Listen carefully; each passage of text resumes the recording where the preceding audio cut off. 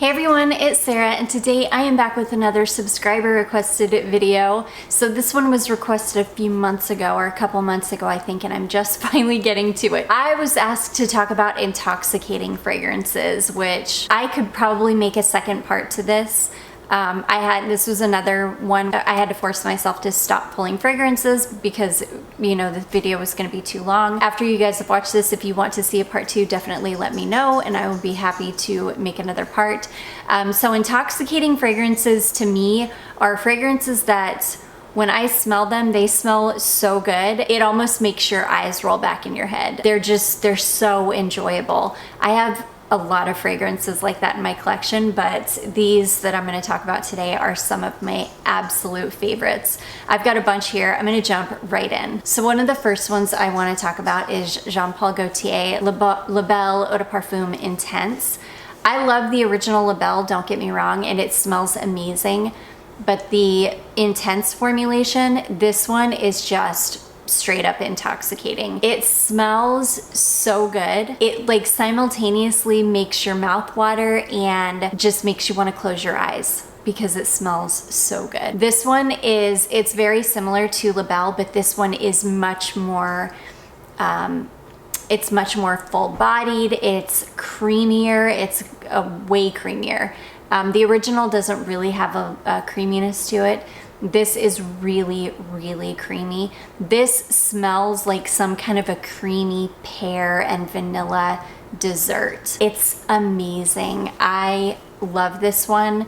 I love this one even more than the original. And I love the original, but there's something about this Intense that is just incredible.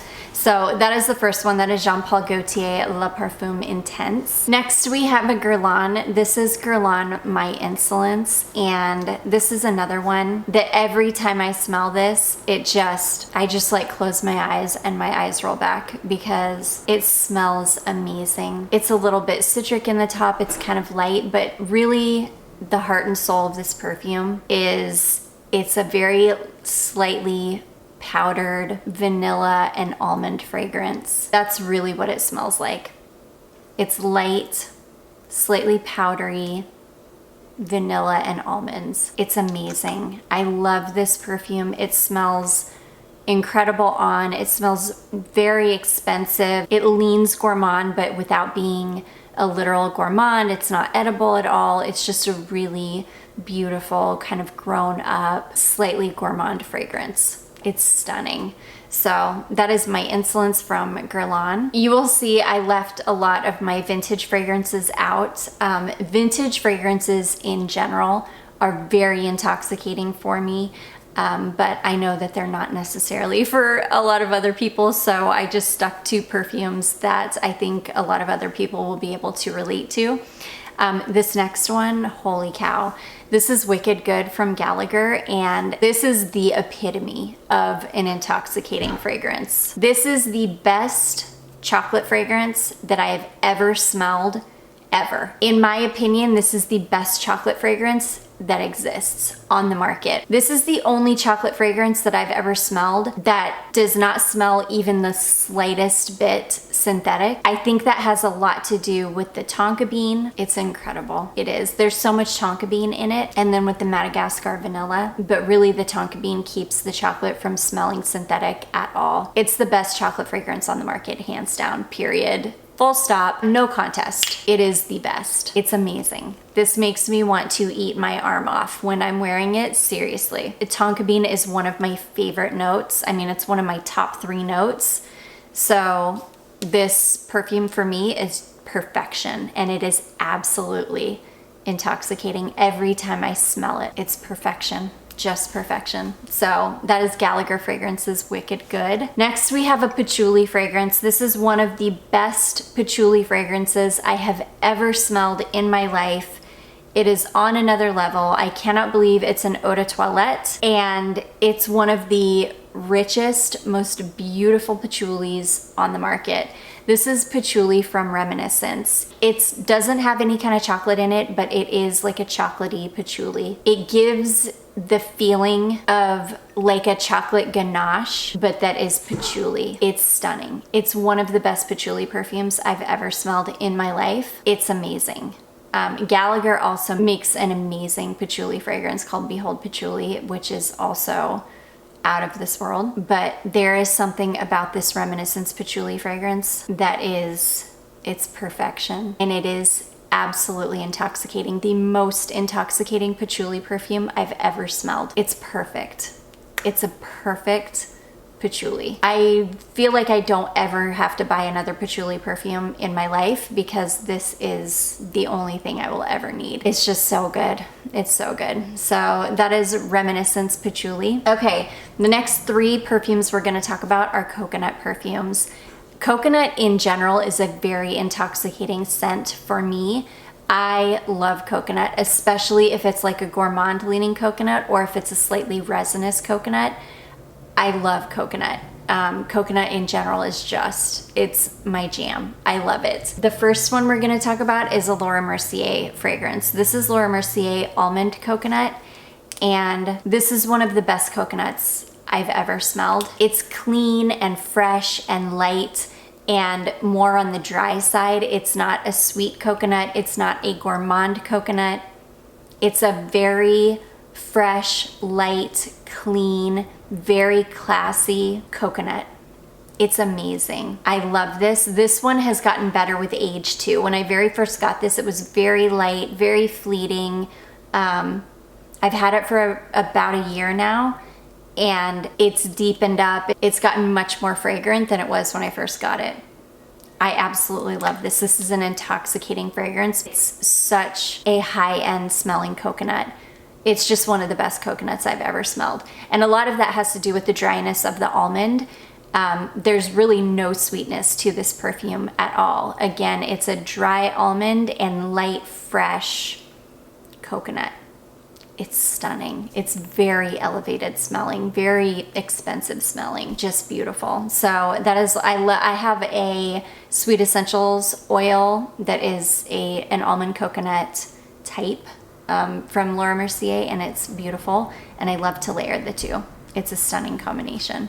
So anyways, that is Laura Mercier Almond Coconut. The next coconut that I just think is absolutely stunning, and when I smell this, it like takes me to another place, is Sarah Jessica Parker. This is SJP NYC Crush. This one is creamy, slightly gourmand, sweet. This is like coconut cream pie. I get the question a lot anytime I talk about this or I talk about Pure Crush. Inevitably somebody will ask, what's the difference between Crush and Pure Crush? Crush is like sweet, fluffy, creamy, gourmand coconut cream pie. Pure Crush is fresh, clean, sweet, watery coconut. 2 totally different fragrances, both stunning and both worth having. I love this. I love a good coconut. I love a sweet, creamy, fluffy coconut cream pie. I love layering this over. I have a coconut cream pie lotion from Bath & Body Works. This layers beautifully over it. That's what it smells like, is coconut cream pie, and it is heavenly, absolutely heavenly. So if you're a gourmand lover and if you like coconut, oh my gosh, this is a must-have. It's so good. So that is Sarah Jessica Parker SJP NYC Crush. And then the last coconut fragrance that is heavenly is this one here. This is from the Sage Lifestyle, and this is called Onyx. This is a perfumey coconut. This is one of the most beautiful coconuts I've ever smelled. It's sweet and perfumey. It's got some tobacco in it, which keeps it very grounded. It gives it a little bit of an earthiness. This is a very expensive smelling coconut. This is a grown woman coconut. This is not a suntan lotion coconut. This is not a gourmand coconut. This is not a like juvenile coconut in any way. This is a very expensive smelling grown woman. You've got a lot of money and you're staying in some really expensive beach resort in some fantastic tropical location, and this is the scent that you brought. And it works for whatever occasion for your entire trip.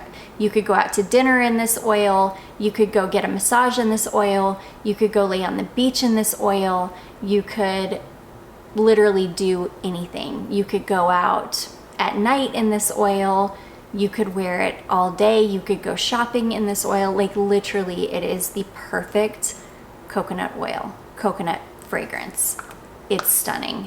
I love it. It's perfection, and it is very intoxicating.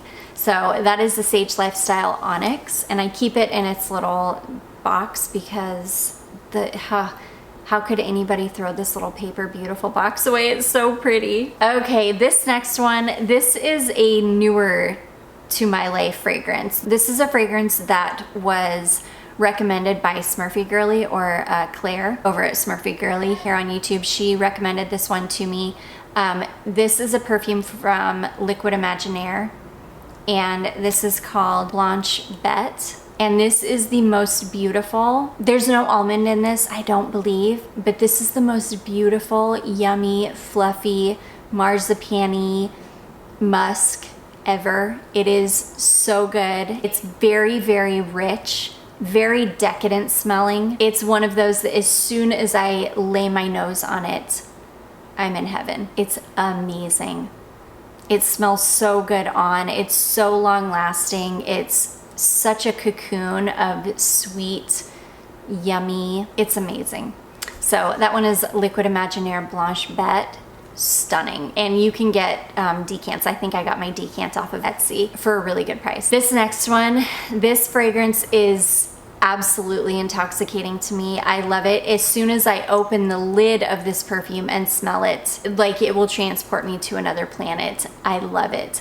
This is Dream House Acurio, and this is White Rabbit. Every single fragrance from this house has this effect on me. They're all intoxicating to me. I love them because they all, not all, some of them don't lean vintage, but a lot of them do. And for me, again, that is a very intoxicating thing.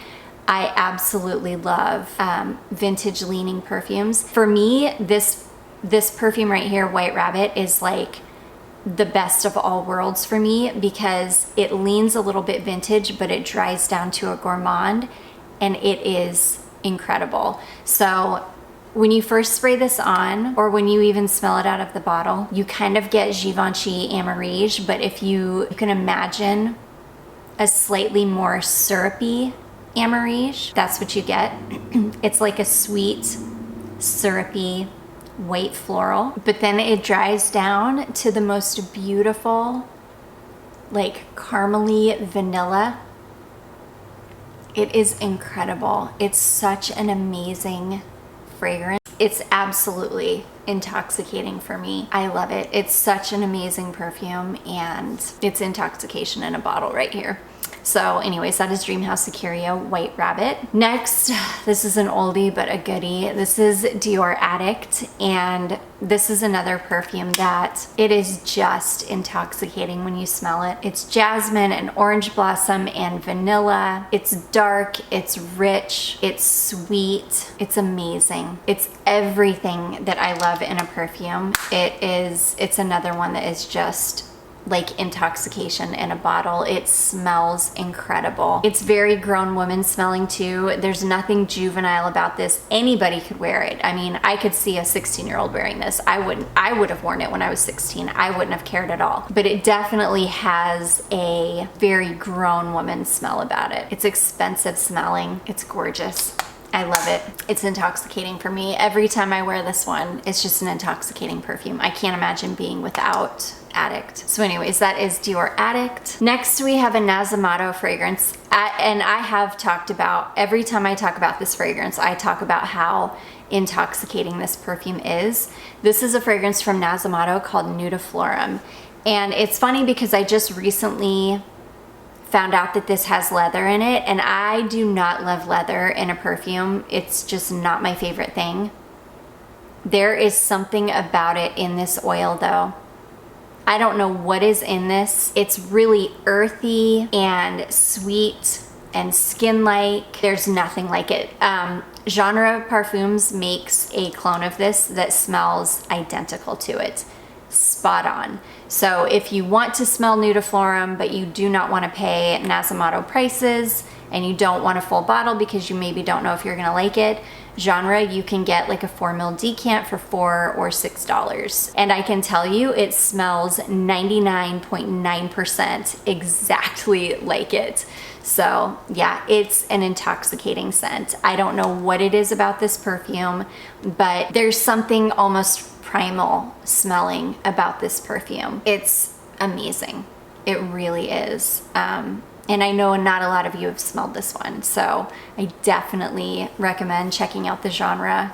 If you think you might be interested in this scent, I definitely recommend the Genre clone of it because it smells identical.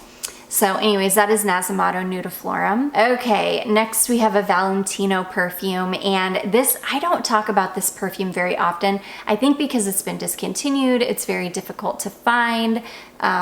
It's really expensive, and you can find other things on the market that kind of smell like it, but I've never really found anything that smells exactly like it. This is Valentino Donna Acqua, and this is a pear and almond scent, and I don't know what it is about this. It's the pear and almond combination, and it smells scrumptious.